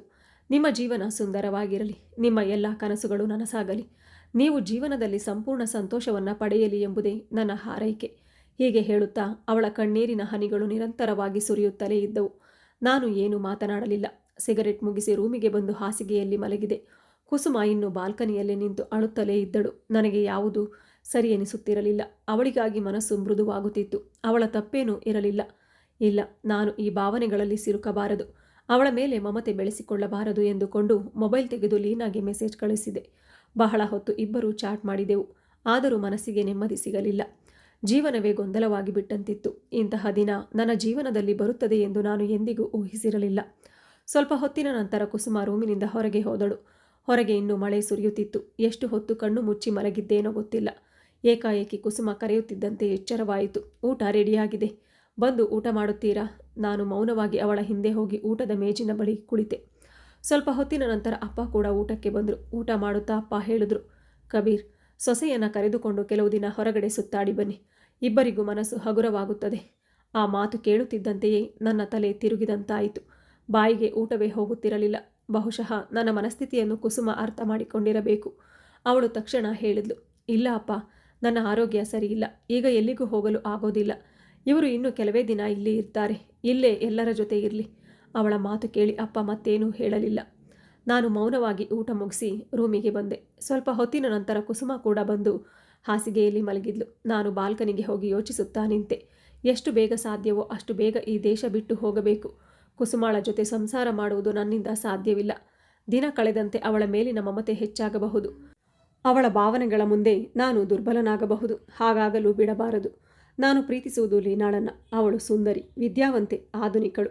ಹೀಗೆ ಯೋಚಿಸುತ್ತಾ ಮತ್ತೆ ರೂಮಿಗೆ ಬಂದೆ. ಕುಸುಮ ಗಾಢ ನಿದ್ರೆಯಲ್ಲಿದ್ದಳು. ಸೀರೆ ಸರಿಯಾಗಿ ಹೊದಿಕೆಯಾಗಿರಲಿಲ್ಲ. ನಾನು ಮೆಲ್ಲಗೆ ಅವಳ ಸೀರೆಯ ಅಂಚನ್ನು ಸರಿಪಡಿಸಲು ಕೈಚಾಚಿದ ಕ್ಷಣವೇ ಅವಳು ಕಣ್ಣು ತೆರೆದಳು. ನಾನು ತಕ್ಷಣ ಕೈ ಹಿಂದಕ್ಕೆ ತೆಗೆದುಕೊಂಡೆ. ಏನಾಗಿದೆ ಎಂಬುದು ಅವಳಿಗೆ ಅರ್ಥವಾಯಿತು. ಅವಳು ತಾನೇ ಸೀರೆಯನ್ನು ಸರಿಪಡಿಸಿಕೊಂಡು ಮತ್ತೆ ಮಲಗಿದ್ಲು. ನಾನು ಇನ್ನೊಂದು ಕಡೆ ತಿರುಗಿ ಮಲಗಿದೆ. ಕುಸುಮ ನಿಧಾನವಾಗಿ ಹೇಳಿದ್ಲು, ಹೊದಿಕೆಯನ್ನು ಚೆನ್ನಾಗಿ ಹೊದ್ದಿಕೊಳ್ಳಿ, ತುಂಬ ಚಳಿ ಇದೆ. ನಾನು ಏನೂ ಮಾತನಾಡಲಿಲ್ಲ. ಸ್ವಲ್ಪ ಹೊತ್ತಿನ ನಂತರ ಅವಳೆ ಹೊದಿಕೆಯನ್ನು ನನ್ನ ಮೇಲೆ ಹೊದಿಸಿದಳು. ಅವಳ ಕೈಯಲ್ಲಿದ್ದ ಗಾಜಿನ ಬಳೆಗಳ ಮಧುರ ಶಬ್ದ ಮಳೆಯ ಜುಳುಜುಳು ಧ್ವನಿಯೊಂದಿಗೆ ಬೆರೆತು ಕೇಳಿಸಿತು. ಆ ಶಬ್ದ ನನ್ನ ಮನಸ್ಸಿಗೆ ವಿಚಿತ್ರವಾದ ನೆಮ್ಮದಿಯನ್ನು ನೀಡಿತು. ಆ ಕ್ಷಣದಲ್ಲಿ ಕುಸುಮಾಳ ಬದಲು ಲೀನಾಳನ್ನು ಕಲ್ಪಿಸಿಕೊಳ್ಳಲು ಯತ್ನಿಸಿದೆ. ಲೀನಾ ಬಳೆ ಹಾಕಿದರೆ ಹೀಗೆ ಸುಂದರವಾಗಿ ಕಾಣುತ್ತಾಳೆಯೇ ಎಂಬ ಯೋಚನೆ ಬಂದ ತಕ್ಷಣ ನನ್ನನ್ನೇ ನಾನು ಗದರಿಸಿಕೊಂಡೆ. ನಾನು ಏನು ಯೋಚಿಸುತ್ತಿದ್ದೇನೆ? ಲೀನಾ ಆಧುನಿಕ ಹುಡುಗಿ, ನಾನು ಆಧುನಿಕ ಹುಡುಗ. ಇಂಥ ಯೋಚನೆಗಳು ಸರಿಯಲ್ಲ. ಲೀನಾ ಹೇಳಿದ್ದು ಸತ್ಯವೇ ಇರಬಹುದು. ಈ ದೇಶಕ್ಕೆ ಬಂದ ಮೇಲೆ ನಾನು ಬದಲಾಗುತ್ತಿದ್ದೇನೆ. ಹೀಗೆ ಯೋಚಿಸುತ್ತಾ ನಿದ್ರೆಗೆ ಜಾರಿದೆ. ಮಳೆಯ ಚಳಿಯಿಂದ ಆ ರಾತ್ರಿ ತುಂಬ ಸುಖವಾಗಿ ನಿದ್ರೆ ಆಯಿತು. ಬೆಳಗ್ಗೆ ತಡವಾಗಿ ಎದ್ದೆ. ಕಿಟಕಿಯ ಮೂಲಕ ಸೂರ್ಯನ ಬೆಳಕು ಒಳಗೆ ಬರುತ್ತಿತ್ತು. ಹಾಸಿಗೆಯಲ್ಲಿ ಕುಸುಮ ಕಾಣಿಸಲಿಲ್ಲ. ಅವಳು ಮೊದಲೇ ಎದ್ದಿರಬೇಕು. ನಾನು ಎದ್ದು ಸ್ನಾನಕ್ಕೆ ಹೋಗಿ ರೆಡಿಯಾದೆ. ಸ್ವಲ್ಪ ತಿಂಡಿ ತಿಂದು ಮನೆ ಬಿಟ್ಟು ಹೊರಟೆ. ಸ್ನೇಹಿತರ ಮೇಲೆ ಎಷ್ಟು ದಿನ ಕೋಪ ಇರಲು ಸಾಧ್ಯ? ನನಗೂ ಆಗಲಿಲ್ಲ. ಅವರ ಮಾತು ಕೂಡ ತಪ್ಪಾಗಿರಲಿಲ್ಲ. ಹೊಸದಾಗಿ ಮದುವೆಯಾದವನನ್ನು ಸ್ನೇಹಿತರು ತಮಾಷೆ ಮಾಡುವುದು ಸಹಜ. ಆದರೆ ನನ್ನೊಳಗೆ ಎಷ್ಟು ದೊಡ್ಡ ಸಮಸ್ಯೆ ನಡೆಯುತ್ತಿದೆ ಎಂಬುದು ಅವರಿಗೆ ಗೊತ್ತಿರಲಿಲ್ಲ. ನಾನು ಒಬ್ಬೊಬ್ಬ ಸ್ನೇಹಿತನಿಗೆ ಫೋನ್ ಮಾಡಿದೆ. ಸ್ವಲ್ಪ ಸಮಯದಲ್ಲೇ ಎಲ್ಲರೂ ಸೇರಿದ್ರು. ಬಹಳ ಹೊತ್ತು ಹರಟೆ ಹೊಡೆದ್ವಿ. ನಂತರ ಎಲ್ಲರೂ ಸೇರಿ ಒಂದು ರೆಸಾರ್ಟ್ಗೆ ಹೋಗಿ ಮೋಜು ಮಾಡೋಣ ಎಂದು ತೀರ್ಮಾನಿಸಿದೆವು. ನನಗೂ ಮನಸ್ಸು ಬದಲಿಸಿಕೊಳ್ಳಬೇಕೆನಿಸಿದ್ದರಿಂದ ಒಪ್ಪಿಕೊಂಡೆ. ದಿನವಿಡೀ ಎಲ್ಲರೂ ಸೇರಿ ಸುತ್ತಾಡಿ ನಕ್ಕು ಆಟವಾಡಿ ಸಮಯ ಕಳೆದ್ವು. ರಾತ್ರಿ ಸುಮಾರು 12:30 ಗಂಟೆಗೆ ಮನೆ ತಲುಪಿದೆ. ಕಾಲಿಂಗ್ ಬೆಲ್ ಒತ್ತುತ್ತಿದ್ದಂತೆಯೇ ಕುಸುಮ ಬಾಗಿಲು ತೆರೆದಳು. ನಾನು ನೇರವಾಗಿ ರೂಮಿಗೆ ಹೋದೆ. ಅವಳು ನನ್ನ ಹಿಂದೆ ಬಂದು ನಿಧಾನವಾಗಿ ಕೇಳಿದ್ಲು, ಊಟ ಮಾಡೋದಿಲ್ವೇ? ನಾನು ಹೇಳಿದೆ, ಊಟ ಮಾಡಿ ಬಂದಿದ್ದೇನೆ, ಊಟಕ್ಕಾಗಿ ಕಾಯಬೇಕಾಗಿಲ್ಲ ಎಂದು ಹೇಳಿ ನಾನು ಮಲಗಿದೆ. ಮಾರನೇ ದಿನ ಬೆಳಗ್ಗೆ ತುಂಬ ತಡವಾಗಿ ಎದ್ದೆ. ಕುಸುಮ ಚಹಾ ತಿಂಡಿ ತಂದು ಕೊಟ್ಲು. ತಿಂದು ಸ್ನೇಹಿತರನ್ನು ಭೇಟಿಯಾಗಲು ಹೊರಟೆ. ಹೊರಡುವ ಮುನ್ನ ಕುಸುಮಾಗೆ, ನಾನು ರಾತ್ರಿ ತಡವಾಗಿ ಬರುತ್ತೇನೆ, ನೀನು ನನ್ನನ್ನು ಕಾಯದೆ ಊಟ ಮಾಡಿಕೊ ಎಂದೆ. ಅವಳು ಏನೂ ಮಾತನಾಡಲಿಲ್ಲ. ಸ್ನೇಹಿತರ ಜೊತೆ ಹರಟೆ ಹೊಡೆಯುತ್ತಾ ಮಧ್ಯಾಹ್ನವಾಯಿತು. ಎಲ್ಲರೂ ಸೇರಿ ಊಟಕ್ಕೆ ರೆಸ್ಟೋರೆಂಟ್ಗೆ ಆಟೋದಲ್ಲಿ ಹೋಗುತ್ತಿದ್ವಿ. ಅಷ್ಟರಲ್ಲಿ ಲೀನಾ ಕಾಣಿಸಿಕೊಂಡ್ಳು. ಅವಳು ಆಟೋದಲ್ಲಿ ಬೇರೆ ದಿಕ್ಕಿಗೆ ಹೋಗ್ತಿದ್ಲು. ಆದರೆ ಅವಳ ಕಾಲೇಜು ಆ ದಿಕ್ಕಿನಲ್ಲಿ ಇರಲಿಲ್ಲ. ನಾನು ತಕ್ಷಣ ಫೋನ್ ಮಾಡಿ ಕೇಳಿದೆ, ಕಾಲೇಜಿಗೆ ಹೋಗಿದ್ದೀಯಾ? ಅವಳು ಹೇಳಿದ್ಲು, ಹೌದು, ಈಗಷ್ಟೇ ಕಾಲೇಜಿನ ಮುಂದೆ ಬಂದಿದ್ದೇನೆ. ಆ ಮಾತು ಕೇಳಿ ನನಗೆ ಆಘಾತವಾಯಿತು. ಲೀನಾ ನನಗೆ ಸುಳ್ಳು ಹೇಳುತ್ತಿದ್ದಾಳೆ. ಆದರೆ ಏಕೆ? ನಾನು ಸ್ನೇಹಿತರಿಗೆ, ನೀವೆಲ್ಲ ಊಟ ಮಾಡಿ, ನಾನು ಸ್ವಲ್ಪ ಹೊತ್ತಿನಲ್ಲಿ ಬರುತ್ತೇನೆ ಎಂದು ಹೇಳಿ ಲೀನಾಳನ್ನು ಹಿಂಬಾಲಿಸಿದೆ. ಸ್ವಲ್ಪ ದೂರ ಹೋದ ನಂತರ ಅವಳ ಆಟೋ ಒಂದು ಶಾಪಿಂಗ್ ಮಾಲ್ ಮುಂದೆ ನಿಂತಿತು. ನಾನು ಸ್ವಲ್ಪ ದೂರದಲ್ಲಿ ಆಟೋ ನಿಲ್ಲಿಸಿದೆ. ಅಷ್ಟರಲ್ಲಿ ಒಂದು ಕಪ್ಪು ಬಣ್ಣದ ಕಾರು ಬಂದು ನಿಂತಿತು. ಕಾರಿನಿಂದ ಒಬ್ಬ ಯುವಕ ಇಳಿದ. ಲೀನಾ ಓಡಿ ಹೋಗಿ ಅವನನ್ನು ಬಿಗಿಯಾಗಿ ಅಪ್ಪಿಕೊಂಡ್ಳು. ಆ ದೃಶ್ಯ ನೋಡಿದಾಗ ನನಗೆ ಸಿಡಿಲು ಬಡಿದಂತಾಯಿತು. ಅಪ್ಪಿಕೊಂಡಿದ್ದರೆ ಸಹಿಸಿಕೊಳ್ಳಬಹುದಿತ್ತು. ಆದರೆ ಎಲ್ಲರ ಮುಂದೆಯೇ ಅವನಿಗೆ ಮುತ್ತು ಕೊಟ್ಟಳು. ಆ ಕ್ಷಣದಲ್ಲಿ ಅಲ್ಲೇ ನಿಂತುಕೊಳ್ಳುವ ಶಕ್ತಿ ನನ್ನಲ್ಲಿರಲಿಲ್ಲ. ಕಣ್ಣುಗಳು ಮಂಜಾದವು. ನನ್ನ ಜೀವನದಲ್ಲಿ ಏನಾಗುತ್ತಿದೆ? ಎಲ್ಲವೂ ನನ್ನ ವಿರುದ್ಧವೇ ನಡೆಯುತ್ತಿದೆ. ಲೀನಾ ಹೀಗೆ ಮಾಡಬಹುದು ಎಂದು ನಾನು ಕನಸಿನಲ್ಲೂ ಯೋಚಿಸಿರಲಿಲ್ಲ. ಅವಳನ್ನು ಹೋಗಿ ಪ್ರಶ್ನಿಸಬೇಕೆನಿಸಿತು. ಇದನ್ನೇನಾ ನೀನು ಪ್ರೀತಿ ಎಂದು ಹೇಳಿದ್ದು ಎಂದು. ಆದರೆ ಹೋಗಲಿಲ್ಲ. ಆ ಕ್ಷಣದಲ್ಲಿ ಅವಳ ಮೇಲಿನ ಪ್ರೀತಿ ಸಂಪೂರ್ಣ ದ್ವೇಷವಾಗಿ ಬದಲಾಗಿತ್ತು. ನಾನು ನೇರವಾಗಿ ಸ್ನೇಹಿತರ ಬಳಿಗೆ ಹಿಂದಿರುಗಿದೆ. ಕೋಪದಿಂದ ಇಡೀ ದೇಹವೇ ಉರಿಯುತ್ತಿತ್ತು. ಇದೇನಾ ನಿನ್ನ ಆಧುನಿಕತೆ ಎಂದು ಅವಳ ಕತ್ತು ಹಿಡಿದು ಕೇಳಬೇಕೆನಿಸಿತು. ಆದರೆ ನನ್ನನ್ನೇ ನಾನು ತಡೆದೆ. ಕುಟುಂಬದಿಂದ ಬಂದ ನೋವು ಒಂದು ಕಡೆ, ಲೀನಾಳ ದ್ರೋಹ ಇನ್ನೊಂದು ಕಡೆ. ಆ ರಾತ್ರಿ ಸ್ನೇಹಿತರ ಜೊತೆ ಅತಿಯಾಗಿ ಮದ್ಯಪಾನ ಮಾಡಿ ಸಂಪೂರ್ಣ ಕುಡಿದ ಸ್ಥಿತಿಯಲ್ಲಿ ಮನೆಗೆ ಬಂದೆ. ಹಲವಾರು ಬಾರಿ ಕಾಲಿಂಗ್ ಬೆಲ್ ಒತ್ತಿದ ನಂತರ ಕುಸುಮ ಬಾಗಿಲು ತೆರೆದಳು. ನಾನು ಬಟ್ಟೆ ಬದಲಿಸದೆ ಹಾಸಿಗೆಯ ಮೇಲೆ ಬಿದ್ದೆ. ತಲೆ ಸುತ್ತುತ್ತಿತ್ತು. ಕುಸುಮ ನನ್ನ ಹಿಂದೆ ಬಂದು ಮೂಗು ಮುಚ್ಚಿಕೊಂಡು ಕೇಳಿದಳು, ನೀವು ಮದ್ಯ ಕುಡಿದಿದ್ದೀರಾ? ಅವಳತ್ತ ನೋಡಿದೆ. ಕೂದಲು ಚೆಲ್ಲಾಪಿಲ್ಲಿಯಾಗಿತ್ತು. ಕಣ್ಣುಗಳು ಕೆಂಪಾಗಿದ್ದವು. ಇತ್ತೀಚೆಗೆ ಅಳುತ್ತಿದ್ದಾಳೆ ಎಂಬುದು ಸ್ಪಷ್ಟವಾಗಿತ್ತು. ಮದ್ಯದ ಅಮಲಿನಲ್ಲಿ ಅವಳ ಪ್ರಶ್ನೆಗೆ ಉತ್ತರಿಸದೆ ನೋಡುತ್ತಲೇ ಇದ್ದೆ. ಕುಸುಮ ಮತ್ತೆ ಕೇಳಿದಳು, ಏನಾಯಿತು? ಏಕೆ ಮಾತನಾಡುತ್ತಿಲ್ಲ? ನಿಮ್ಮ ಜೀವನಕ್ಕೆ ನಾನು ಎಂದಿಗೂ ಅಡ್ಡಿಯಾಗುವುದಿಲ್ಲ ಎಂದು ಹೇಳಿದ್ದೇನಲ್ಲ. ಹಾಗಿದ್ದರೂ ನೀವು ಏಕೆ ಹೀಗೆ ಮಾಡುತ್ತಿದ್ದೀರಿ? ಅವಳು ನನ್ನ ಹತ್ತಿರ ಬಂದ ಕ್ಷಣವೇ ನಾನು ಅವಳ ಕೈ ಹಿಡಿದು ನನ್ನತ್ತ ಎಳೆದು ಬಿಗಿಯಾಗಿ ಅಪ್ಪಿಕೊಂಡೆ. ಆ ಕ್ಷಣದಲ್ಲಿ ನನ್ನ ಮನಸ್ಸಿನಲ್ಲಿ ಒಂದೇ ಯೋಚನೆ ಇತ್ತು. ಎಲ್ಲ ಹೆಂಗಸರು ಮೋಸಗಾರ್ತಿಯರು, ನಂಬಿಕೆಗೆ ಅರ್ಹರಲ್ಲ. ಬಹುಶಃ ಲೀನಾಳ ದ್ರೋಹದಿಂದ ಬಂದ ನೋವು, ಅಥವಾ ಕುಸುಮಾಳನ್ನು ಆ ಸ್ಥಿತಿಯಲ್ಲಿ ಕಂಡ ಭಾವನಾತ್ಮಕ ಗೊಂದಲ. ಕುಸುಮ ನನ್ನ ಹಿಡಿತದಿಂದ ಬಿಡಿಸಿಕೊಳ್ಳಲು ಬಹಳ ಪ್ರಯತ್ನಿಸಿದಳು. ಆದರೆ ನನ್ನ ಬಲದ ಮುಂದೆ ಅವಳ ಪ್ರಯತ್ನಗಳು ವಿಫಲವಾದವು. ಆ ರಾತ್ರಿ ಅವಳು ತನ್ನನ್ನು ನನ್ನ ಪಾಲಾಗಲು ಒಪ್ಪಿಸಿಕೊಳ್ಳಬೇಕಾಯಿತು. ಮರುದಿನ ಬೆಳಗ್ಗೆ ಎಚ್ಚರವಾದಾಗ ಕುಸುಮಾಳ ತಲೆ ನನ್ನ ಎದೆಯ ಮೇಲೆ ಇತ್ತು. ರಾತ್ರಿಯ ಘಟನೆ ನೆನಪಾದ ತಕ್ಷಣ ನನ್ನ ಮೇಲೆಯೇ ನನಗೆ ಅಸಹ್ಯವಾಯಿತು. ಅವಳು ನನ್ನ ಹೆಂಡತಿಯಾಗಿದ್ದರೂ ನಾನು ಅವಳಿಗೆ ಹೆಂಡತಿಯ ಸ್ಥಾನ ನೀಡಿರಲಿಲ್ಲ. ಅವಳ ಜೊತೆ ಬದುಕುವ ಉದ್ದೇಶವೂ ಇರಲಿಲ್ಲ. ಆದರೆ ನಡೆದದ್ದಕ್ಕೆ ನಾನು ತುಂಬ ಪಶ್ಚಾತ್ತಾಪಪಟ್ಟೆ. ಮೌನವಾಗಿ ಎದ್ದು ರೆಡಿಯಾಗಿ ಮನೆ ಬಿಟ್ಟು ಹೊರಟೆ. ಆಗಲೂ ಕುಸುಮ ನಿದ್ರೆಯಲ್ಲೇ ಇದ್ದಳು. ದಿನವಿಡೀ ಸ್ನೇಹಿತರ ಜೊತೆ ಅಲೆದಾಡಿ ಸಂಜೆ ಮನೆಗೆ ಬಂದೆ. ರೂಮಿಗೆ ಹೋದಾಗ ಕುಸುಮ ಬಾಲ್ಕನಿಯಲ್ಲಿ ನಿಂತಿದ್ದಳು. ಬಹುಶಃ ಅಳುತ್ತಿದ್ದಳು. ನಾನು ಅವಳ ಬಳಿ ಹೋದೆ. ನನ್ನನ್ನು ಕಂಡ ತಕ್ಷಣ ಅವಳು ಕಣ್ಣೀರು ಒರೆಸಿಕೊಂಡು ಕೇಳಿದಳು, ಯಾವಾಗ ಬಂದ್ರಿ? ಈಗಷ್ಟೇ ಎಂದೆ. ಅವಳು, ನೀವು ಕುಳಿತುಕೊಳ್ಳಿ, ನಾನು ಚಹಾ ಮಾಡಿಕೊಂಡು ಬರುತ್ತೇನೆ ಎಂದಳು. ನಾನು ಅವಳ ಕೈ ಹಿಡಿದು ಹೇಳಿದೆ, ನಿನ್ನೆ ರಾತ್ರಿ ನಡೆದದ್ದಕ್ಕೆ ನನಗೆ ತುಂಬ ವಿಷಾದವಾಗಿದೆ. ದಯವಿಟ್ಟು ಮನಸ್ಸಿಗೆ ತೆಗೆದುಕೊಳ್ಳಬೇಡ ಎಂದಾಗ ಅವಳು ಬಹಳ ಹೊತ್ತು ಮೌನವಾಗಿದ್ದಳು. ನಂತರ ನಿಧಾನವಾಗಿ ಹೇಳಿದಳು, ಯಾವ ತಪ್ಪೂ ಆಗಿಲ್ಲ. ನನ್ನ ಮೇಲೆ ನಿಮಗೆ ಸಂಪೂರ್ಣ ಹಕ್ಕಿದೆ. ಆ ಮಾತು ಕೇಳಿ ನನ್ನಿಂದ ಮತ್ತೇನು ಮಾತನಾಡಲು ಆಗಲಿಲ್ಲ. ಬಹುಶಃ ನನ್ನ ವರ್ತನೆಯಿಂದ ಅವಳಿಗೆ ತುಂಬ ನೋವಾಗಿತ್ತು. ನಾನು ಪಶ್ಚಾತ್ತಾಪದಲ್ಲಿ ಸುಡುತ್ತಿದ್ದೆ. ಜೀವನದ ಎಲ್ಲ ದಿಕ್ಕಿನಿಂದಲೂ ನಾನು ಸೋತವನಂತೆ ಅನುಭವಿಸುತ್ತಿದ್ದೆ. ಆದ್ದರಿಂದ ಇಂಡಿಯಾದಲ್ಲಿ ಉಳಿಯುವ ಮನಸ್ಸೇ ಇರಲಿಲ್ಲ. ರಜೆ ಮುಗಿಯುವ ಮೊದಲೇ ವಿದೇಶಕ್ಕೆ ಹಿಂದಿರುಗುವ ನಿರ್ಧಾರ ಮಾಡಿದೆ. ಅದಾದ ನಂತರ ಕುಸುಮ ನನ್ನೊಂದಿಗೆ ಬಹಳ ಕಡಿಮೆ ಮಾತನಾಡ್ತಿದ್ಲು. ಬಹುಶಃ ನೋವು ಮತ್ತು ಅಭಿಮಾನದ ಕಾರಣದಿಂದ ದೂರವಾಗಿದ್ದಳು. ಎಲ್ಲ ನೋವಿನ ನಡುವೆಯೂ ನಗಲು ಪ್ರಯತ್ನಿಸುತ್ತಿದ್ದ ಕುಸುಮಾಳ ನಗುವನ್ನು ನಾನು ಕಸಿದುಕೊಂಡಿದ್ದೆ. ಇನ್ನೊಂದು ಕಡೆ ಲೀನಾಳೊಂದಿಗೆ ಸಂಪರ್ಕ ಕಡಿಮೆಯಾಯಿತು. ಅವಳು ಪ್ರತಿದಿನ ಕರೆ ಮಾಡುತ್ತಿದ್ದಳು. ಕೆಲವೊಮ್ಮೆ ನಾನು ಸ್ವೀಕರಿಸುತ್ತಿದ್ದೆ. ಹೆಚ್ಚಿನ ಬಾರಿ ತಪ್ಪಿಸಿಕೊಳ್ಳುತ್ತಿದ್ದೆ. ಪಶ್ಚಾತ್ತಾಪದಿಂದ ನನ್ನ ಮನಸ್ಸು ದಿನದಿಂದ ದಿನಕ್ಕೆ ಸುಡುತ್ತಿತ್ತು.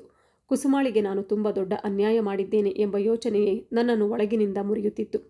ಕುಸುಮ ಅಗತ್ಯವಿದ್ದಾಗ ಮಾತ್ರ ನನ್ನೊಂದಿಗೆ ಮಾತನಾಡುತ್ತಿದ್ಲು. ಒಂದು ದಿನ ಸ್ನೇಹಿತರನ್ನು ಭೇಟಿಯಾಗಲು ಹೋಗುವಾಗ ಮೊಬೈಲನ್ನು ಮನೆಯಲ್ಲೇ ಮರೆತು ಬಿಟ್ಟೆ. ರಾತ್ರಿ ಮನೆಗೆ ಬಂದಾಗ ಕುಸುಮ ಹೇಳಿದ್ಲು, ಒಬ್ಬ ಹುಡುಗಿ ನಿಮಗೆ ಫೋನ್ ಮಾಡಿದ್ದಳು. ಅವಳು ನಿಮ್ಮನ್ನು ತುಂಬ ಪ್ರೀತಿಸ್ತಾಳೆ ಅನ್ನಿಸ್ತು. ನಾಳೆ ನಿಮ್ಮನ್ನು ಭೇಟಿ ಮಾಡಲು ಬಯಸುತ್ತಿದ್ದಾಳೆ ಎಂದಾಗ ಅದು ಲೀನಾ ಎಂದು ನನಗೆ ತಕ್ಷಣ ಅರ್ಥವಾಯಿತು. ಕುಸುಮ ಮುಂದುವರಿಸಿದಳು, ಜೀವನ ಹೀಗೆ ಸಾಗುವುದಿಲ್ಲ. ನೀವು ಅವಳನ್ನು ಒಮ್ಮೆ ಭೇಟಿ ಮಾಡಿ. ಅವಳು ತುಂಬ ಅತ್ತಳು. ಅವಳು ನಿಜವಾಗಿಯೂ ನಿಮ್ಮನ್ನು ಪ್ರೀತಿಸುತ್ತಾಳೆ ಅನ್ನಿಸಿತು ಎಂದ ಅವಳ ಮಾತು ಕೇಳಿ ನನಗೆ ಕೋಪ ಬಂತು. ನಾನು ಗಟ್ಟಿಯಾಗಿ ಕೇಳಿದೆ, ಯಾವ ಪ್ರೀತಿ? ಪ್ರೀತಿ ಅಂದರೆ ಏನು ಗೊತ್ತಾ? ನೀನೇ ನನ್ನನ್ನು ಪ್ರೀತಿಸ್ತೀಯಾ? ಕುಸುಮ ಕೆಲ ಕ್ಷಣ ನನ್ನತ್ತ ನೋಡಿದ್ಲು. ನಂತರ ನಿಧಾನವಾಗಿ ಹೇಳಿದಳು, ನಾನು ನಿಮ್ಮನ್ನು ಪ್ರೀತಿಸುವುದಿಲ್ಲ ಎಂದು ಹೇಳಿ ಓಡುತ್ತಾ ಹೊರಾಂಡಕ್ಕೆ ಹೋದಳು. ನಾನು ಅವಳ ಹಿಂದೆ ಹೋದೆ. ಅವಳು ಅಳುತ್ತಾ ನಿಂತಿದ್ದಳು. ನಾನು ಹೇಳಿದೆ, ಅಯ್ಯೋ ಅಳಬೇಡ, ನೀನೇ ಹೋಗಿ ಭೇಟಿಯಾಗು ಎಂದು ಹೇಳುತ್ತಿದ್ದೀಯಲ್ಲ. ನಾನು ಹೋಗುತ್ತೇನೆ, ಆದರೆ ನೀನು ಮಾತ್ರ ಅಳಬಾರದು. ಅವಳ ಕಣ್ಣೀರು ಒರೆಸಿಕೊಂಡು ಹೇಳಿದಳು, ಹೌದು, ನೀವು ನಾಳೆಯೇ ಆ ಹುಡುಗಿಯನ್ನು ಭೇಟಿ ಮಾಡಿ. ಬೇಕಾದರೆ ಅವಳ ಜೊತೆ ಮಾತನಾಡಿ. ನಿಮ್ಮಿಬ್ಬರಿಗೂ ಒಳ್ಳೆಯದಾಗಿ ಅನಿಸಿದರೆ ಅವಳನ್ನೇ ಮದುವೆಯಾಗಿ ಈ ಮನೆಗೆ ಕರೆದುಕೊಂಡು ಬನ್ನಿ. ನಿಮ್ಮ ದಾರಿಗೆ ನಾನು ಅಡ್ಡಿಯಾಗುವುದಿಲ್ಲ ಎಂದಳು. ಅದಾದ ನಂತರ ಈ ವಿಷಯದ ಬಗ್ಗೆ ನಮ್ಮಿಬ್ಬರ ನಡುವೆ ಮತ್ತೇನೂ ಮಾತಾಗಲಿಲ್ಲ. ನಾನು ಲೀನಾಗೆ ಮೆಸೇಜ್ ಕಳುಹಿಸಿ ನಾಳೆ ನಿನ್ನನ್ನು ಭೇಟಿಯಾಗುತ್ತೇನೆ ಎಂದು ತಿಳಿಸಿದೆ. ಎಲ್ಲಿ ಯಾವಾಗ ಭೇಟಿಯಾಗಬೇಕು ಎಂಬುದನ್ನು ಹೇಳಿದೆ. ಲೀನಾ ಕೂಡ ಸರಿ ಬರುತ್ತೇನೆ ಎಂದಳು. ನಂತರ ಮತ್ತೇನೂ ಮಾತಾಡಲಿಲ್ಲ. ಮನಸ್ಸಿನಲ್ಲಿ ಆ ದಿನ ನಾನು ನೋಡಿದ ವಿಷಯವನ್ನು ಅವಳಿಗೆ ಹೇಳಬೇಕು ಎಂದುಕೊಂಡೆ. ಸ್ವಲ್ಪ ಸಮಯದ ನಂತರ ಕುಸುಮ ರಾತ್ರಿ ಊಟಕ್ಕೆ ಕರೆದಳು. ಊಟ ಮಾಡಿ ಬಂದು ಹಾಸಿಗೆಯಲ್ಲಿ ಮಲಗಿದೆ. ಕುಸುಮ ಕೂಡ ನನ್ನ ಪಕ್ಕದಲ್ಲಿ ಬಂದು ಮಲಗಿದಳು. ಆದರೆ ಆ ರಾತ್ರಿ ನಮ್ಮಿಬ್ಬರ ನಡುವೆ ಯಾವುದೇ ಮಾತುಕತೆ ನಡೆಯಲಿಲ್ಲ. ಬೆಳಗ್ಗೆ ಎದ್ದು ರೆಡಿಯಾಗಿ ಲೀನಾಳನ್ನು ಭೇಟಿಯಾಗಲು ಹೊರಟೆ. ಭೇಟಿಯಾಗಬೇಕಾದ ಸ್ಥಳಕ್ಕೆ ಹೋಗಿ ಅವಳಿಗಾಗಿ ಕಾಯಲು ಆರಂಭಿಸಿದೆ. ಗಡಿಯಾರ ನೋಡಿದಾಗ ನಾನು ಸ್ವಲ್ಪ ಬೇಗ ಬಂದಿದ್ದೆ. ನಿಗದಿತ ಸಮಯಕ್ಕೆ ಲೀನಾಳು ಬಂದಳು. ನನ್ನನ್ನು ಕಂಡ ತಕ್ಷಣ ಓಡಿ ಬಂದು ನನ್ನ ಎದೆಗೆ ಅಪ್ಪಿಕೊಂಡಳು. ಅವಳು ನನ್ನ ಎದೆಗೆ ತಲೆಯಿಟ್ಟ ಕ್ಷಣವೇ ಆ ದಿನ ನಾನು ಕಂಡ ದೃಶ್ಯ ನೆನಪಾಯಿತು. ಕೂಡಲೇ ಅವಳನ್ನು ದೂರ ತಳ್ಳಿದೆ. ಲೀನಾ ಆಶ್ಚರ್ಯದಿಂದ, ಏನಾಯಿತು ಕಬೀರ್, ನೀನು ಹೀಗೆ ನನ್ನನ್ನು ಏಕೆ ದೂರ ಮಾಡುತ್ತಿದ್ದೀಯಾ ಎಂದು ಕೇಳಿದ್ಲು. ನಾನು ಆ ದಿನ ಪರೀಕ್ಷೆ ಹೇಗಾಯಿತು ಎಂದು ಕೇಳಿದೆ. ಅವಳು ಹೌದು, ಚೆನ್ನಾಗಿ ಆಯಿತು ಎಂದ್ಲು. ಅವಳ ಉತ್ತರ ಕೇಳಿ ನನ್ನ ಕೋಪ ಇನ್ನಷ್ಟು ಹೆಚ್ಚಾಯಿತು. ನನ್ನ ಎದುರಲ್ಲೇ ನಿಂತು ಇಷ್ಟೊಂದು ದೊಡ್ಡ ಸುಳ್ಳು ಹೇಳುತ್ತಿದ್ದಾಳೆ ಎನ್ನುವುದು ಸಹಿಸಲಾರದಂತಾಯಿತು. ನೀನು ಇಷ್ಟು ಸುಳ್ಳು ಹೇಗೆ ಹೇಳಬಲ್ಲೆ? ಪರೀಕ್ಷೆ ಬರೆದೆಯಾ?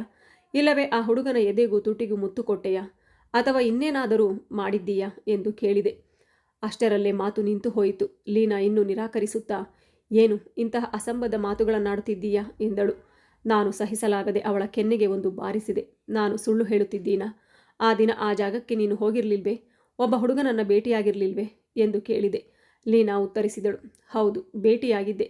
ಅದರಿಂದ ಏನಾಯಿತು? ನಿನಗೆ ಇಷ್ಟ ಇಲ್ಲ ಅಂದರೆ ಹೋಗಲಿ ಬಿಡು. ಇನ್ನು ಮುಂದೆ ನಾನು ನಿನ್ನನ್ನು ಸಂಪರ್ಕಿಸುವುದಿಲ್ಲ. ನಿನ್ನಂಥ ನೂರಾರು ಹುಡುಗರು ನನ್ನ ಹಿಂದೆ ತಿರುಗುತ್ತಾರೆ ಎಂದ ಅವಳ ಆ ಮಾತು ಕೇಳಿ ಕ್ಷಣಕಾಲ ಅವಳ ಕುತ್ತಿಗೆಯನ್ನೇ ಹಿಡಿದು ಬಿಗಿ ಹಿಡಿಯಬೇಕೆನ್ನಿಸಿತು. ಆದರೆ ನಾನು ಹಾಗೆ ಮಾಡಲಿಲ್ಲ. ನನಗೆ ನನ್ನ ಮೇಲೆ ಅಸಹ್ಯವಾಯಿತು. ಏನೂ ಮಾತನಾಡದೆ ಅಲ್ಲಿಂದ ಹೊರಟು ಬಿಟ್ಟೆ. ಮನಸ್ಸು ಸಂಪೂರ್ಣ ಮುರಿದು ಹೋಗಿತ್ತು. ಅವಳು ಸತ್ಯ ಹೇಳಿ ಕ್ಷಮೆ ಕೇಳಿದರೆ ಕ್ಷಮಿಸಿಬಿಡೋಣ ಎಂದುಕೊಂಡಿದ್ದೆ. ಆದರೆ ಅವಳ ಮಾತಿನ ನಂತರ ಕ್ಷಮಿಸುವ ಪ್ರಶ್ನೆಯೇ ಇರಲಿಲ್ಲ. ಹೆಂಗಸರ ಮೇಲಿನ ನನ್ನ ದ್ವೇಷ ಇನ್ನೂ ಹೆಚ್ಚಾಯಿತು.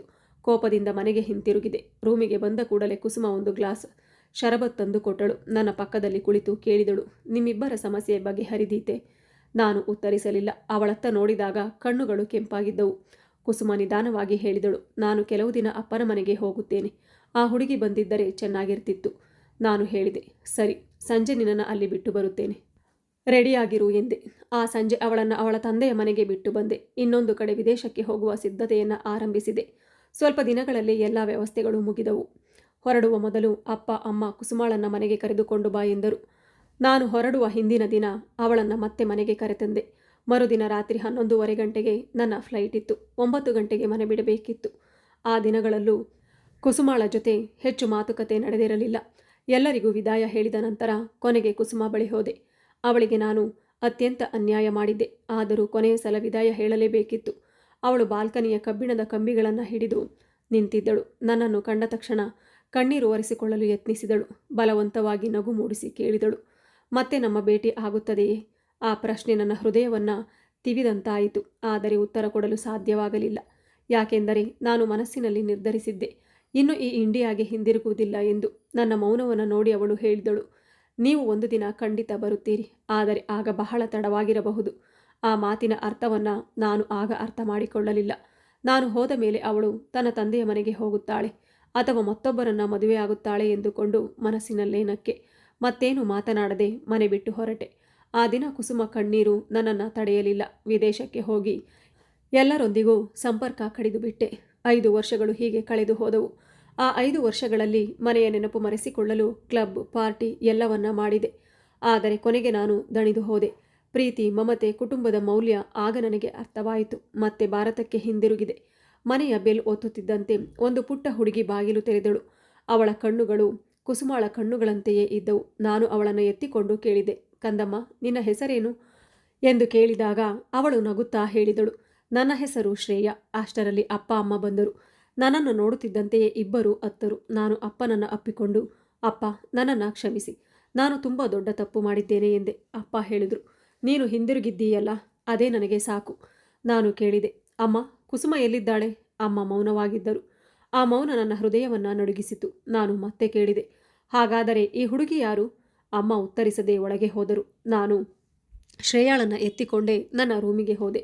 ಸ್ವಲ್ಪ ಹೊತ್ತಿನ ನಂತರ ಅಮ್ಮ ಒಂದು ಡೈರಿಯನ್ನು ತಂದು ನನ್ನ ಕೈಗೆ ಕೊಟ್ಟು ಹೇಳಿದರು, ನಿನ್ನನ್ನು ಸಂಪರ್ಕಿಸಲು ನಾವು ಬಹಳ ಪ್ರಯತ್ನಿಸಿದ್ದೇವೆ, ಆದರೆ ಸಾಧ್ಯವಾಗಲಿಲ್ಲ.